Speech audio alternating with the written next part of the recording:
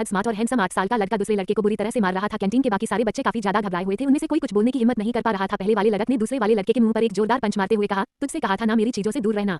मुझे ये बिल्कुल बर्दाश्त नहीं कि कोई मेरी चीजों को देखे और तूने उसे छूने की हिम्मत की। कहते हुए उस लड़के ने इस बार दूसरे लड़के का सर दीवार पर दे मारा।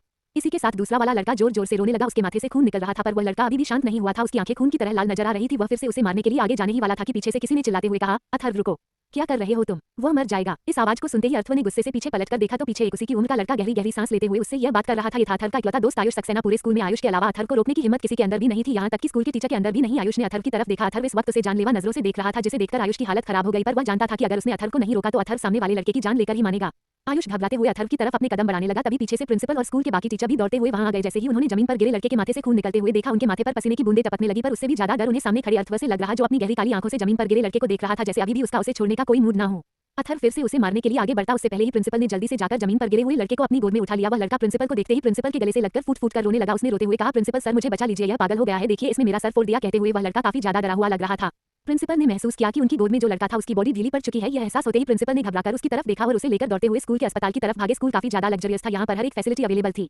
2 घंटे बाद प्रिंसिपल ऑफिस। प्रिंसिपल इस वक्त अपना पसीना साफ करते हुए अपने सामने बैठे इंसान की तरफ देख रहे थे, जो कि अपने पैर पर पैर चढ़ाकर उनके सामने रखी कुर्सी पर बैठा हुआ था और अपने हाथ में पेपर वेट पढ़कर वह टेबल पर बेहद अजीब तरीके से घुमा रहा था। प्रिंसिपल ने हिम्मत करते हुए कहा, राठौर सर। वो प्रिंसिपल ने इतना कहा ही था कि सामने बैठे इंसान का हाथ रुक गया, जिसे महसूस करते ही प्रिंसिपल की धड़कनें तेजी से धड़कने लगी। वो इंसान जो कि अभी तक अपना चेहरा नीचे करके बैठा हुआ था, उसने अपना चेहरा ऊपर उठाकर प्रिंसिपल की तरफ देखकर टेढ़ी मुस्कुराहट के साथ कहा, क्या मैंने तुमसे ये नहीं था कि अगर मेरे बेटे ने कुछ भी किया तो तुम मुझे कॉल करोगे? तुम्हारी हिम्मत कैसे हुई मेरी वाइफ को कॉल करने की? कहते हुए उस इंसान ने अपने हाथ में पकड़ा हुआ पेपर वेट उठाकर सीधा प्रिंसिपल के सर पर दे मारा। अगले ही पल प्रिंसिपल की एक चीख उस केबिन में गूंज गई। उसी केबिन के एक कोने में अथर्व जो कि सोफे पर बैठा हुआ था, ये देखकर वो टेढ़े तरीके से मुस्कुराने लगा। प्रिंसिपल ने अपने दोनों हाथों से अपने सर को पकड़कर अपनी आंखों को बंद कर लिया। उनके माथे से खून की बूंदें उनके शर्ट को भीगा रही थी, पर फिर भी उन्होंने ये सब कुछ इग्नोर किया और अपना चेहरा ऊपर उठकर सामने मौजूद इंसान की तरफ देखा। यह इंसान था द ग्रेट माफिया, जिसे दुनिया हार्टलेस डेमन के नाम से जानती थी, कबीर राठौर। अथर्व राठौर का डैड। कबीर राठौर के बारे में दुनिया सिर्फ इतना जानती थी कि यह इंसान अपनी वाइफ को छोड़कर दुनिया में किसी के लिए कोई फीलिंग्स नहीं रखता, अपने बेटे के लिए भी नहीं। उसका नाम सुनते ही कई लोगों की पेंट गीली हो जाती थी। बिजनेस इंडस्ट्री का किंग और माफिया वर्ल्ड का किंग इस वक्त प्रिंसिपल के सामने बैठा हुआ था और प्रिंसिपल उसके चेहरे पर खुद के लिए बेइंतहा गुस्सा साफ साफ देख पा रहे थे। प्रिंसिपल ने अटकती हुई आवाज में कहा, आई एम सॉरी सर, वो एक्चुअली अथर्व ने आज एक लड़के को बेहद बुरी तरीके से मारा है। वो इस वक्त अस्पताल के इमरजेंसी वार्ड में एडमिट है। हमने आपका नंबर बहुत बार ट्राई किया पर आपने कॉल नहीं उठाया, इसलिए हमें आखिर में मिसेज राठौर का नंबर डायल करना पड़ा। प्रिंसिपल ने इतना कहा ही था कि उन्हें अपने ऊपर डरावनी नजरें महसूस हुई। प्रिंसिपल ने घबराकर सामने मौजूद इंसान की तरफ देखा, जो कि अजीब तरीके से मुस्कुरा रहा था। कबीर की मुस्कुराहट देखकर प्रिंसिपल ने घबराते हुए कहा, मुझे माफ कर दीजिए, मैं अगली बार से कभी उन्हें कॉल नहीं करूंगा। प्रिंसिपल की बात सुनकर कबीर ने अपनी गर्दन के पिछले हिस्से पर अजीब तरह से हाथ फिराते हुए कहा, अगली बार गलती करने के लिए तुम्हारा जिंदा रहना भी तो जरूरी है ना? कबीर की बात सुनकर प्रिंसिपल के माथे से पसीने की बूंदें जमीन पर गिरने लगी, जिसकी आवाज भी वह सुन पा रहे थे। उनके मुंह से कुछ निकल ही नहीं रहा था। प्रिंसिपल का चेहरा देखकर कबीर ने हंसते हुए कहा, तुम्हें पता है मौत से ज्यादा डरावना क्या है? कबीर की बात पर प्रिंसिपल के मुंह से तो कुछ निकल ही नहीं रहा था। कबीर ने अपने दोनों हाथ टेबल पर रखकर प्रिंसिपल के चेहरे के करीब अपना चेहरा ले जाते हुए कहा, मौत से डरावना है ये पता होना कि मैं मरने वाला हूँ। इस बार प्रिंसिपल खुद को संभाल नहीं पाया और लड़खड़ाकर कुर्सी से नीचे गिर गया। उनका एक हाथ उनके सीने पर था और वो गहरी गहरी सांस ले रहे थे। कबीर ने उनकी तरफ देखकर हंसते हुए कहा, डर ही इंसान को खत्म कर देता है। कहते हुए कबीर ने अपने पीछे खड़े बॉडीगार्ड की तरफ देखा। बॉडीगार्ड जल्दी से आ गया और प्रिंसिपल को वहां से उठकर बाहर लेकर चले गए। अब केबिन में सिर्फ कबीर और अथर्व बाकी थे। कबीर ने अथर्व की तरफ देखकर बेहद डरावनी आवाज में कहा, तुमने उसका सर क्यों फोड़ा? अगर वह मर जाता तो? कहते हुए कबीर अपनी जगह से उठकर खड़ा हुआ और अपने दोनों हाथ पंथ की पॉकेट में डालकर चलता हुआ सोफे पर बैठे अथर्व के सामने आकर खड़ा हो गया।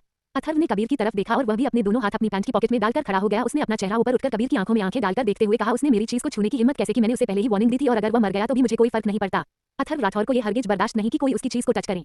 अथर्व की बात सुनकर कबीर के चेहरे के एक्सप्रेशंस बिल्कुल भी चेंज नहीं हुए, बस उसके चेहरे पर एक टेढ़ी मुस्कुराहट आ गई। उसने अपने बड़े से हाथ में अपने बेटे का हाथ पकड़ लिया और उसका हाथ पकड़कर तेज कदमों से चलता हुआ केबिन से बाहर आ गया। अथर्व भी एटीट्यूड से अपने डैड के साथ चलता हुआ केबिन के बाहर आ रहा था। स्कूल में मौजूद हर कोई उन्हें देख रहा था। दोनों की जोड़ी किसी सुपर मॉडल से कम नहीं लग रही थी।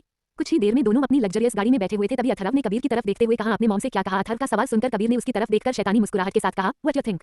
कबीर की मुस्कुराहट देखकर अथर्व ने दांत पीसते हुए कहा, मेरी मॉम को मेरे खिलाफ भड़काने के बारे में आप सोचना भी मत डैड। अथर्व की बात सुनकर कबीर ने उसका कॉलर पकड़कर उसे अपनी तरफ खींचते हुए कहा, वह तुम्हारी मॉम से पहले मेरी वाइफ है और उसे मेरी कहना बंद करो, क्योंकि वह सिर्फ मेरी है और उसे मेरी कहने का हक भी सिर्फ मेरा है। कबीर की बात सुनकर अथर्व ने उसकी आंखों में आंखें डालकर देखते हुए कहा, ये सवाल क्यों ना हम मॉम से ही पूछ ले? दोनों बाप बेटे एक दूसरे की आंखों में किसी दुश्मन की तरह घूर रहे थे। तभी कबीर का मोबाइल बजने लगा। मोबाइल की आवाज सुनकर कबीर ने एक नजर गुस्से से अपने इस छोटे से बेटे की तरफ देखा और अपने मोबाइल पर फ्लैश हो रहे हैं नाम को देखने लगा। वहां पर एक नाम फ्लैश हो रहा था। कबीर ने धीरे से कहा, स्वीट हार्ट, यह उसकी जिंदगी उसकी वाइफ कशिश का कॉल था। कबीर ने कॉल उठाते हुए कहा, क्या हुआ स्वीट हार्ट? कबीर ने बेहद रोमांटिक आवाज में कहा, जिसे सुनते ही दूसरी तरफ से उसकी वाइफ और अथर्व की मॉम कशिश ने घबराते हुए कहा, हुए दिव्या को लेबर पेन स्टॉट हो गया है, आदित्य उसे लेकर अस्पताल गया है। कशिश की आवाज इतनी तेज थी कि कबीर के साथ साथ उसकी आवाज अथर्व ने भी सुन ली। कशिश की बात सुनते ही अथर्व की आंखें अजीब तरह से चमकने लगी। उसने खिड़की से बाहर आसमान की तरफ देखकर बेहद डरावने तरह से मुस्कुराते हैं कहा, तुम बहुत जल्दी मेरे पास आने वाली हो। चट्टू, sweet heart, it's your punishment. Hi guys, कैसे हैं आप सब? उम्मीद है आपको कहानी पसंद आ रही होगी। कशिश की बात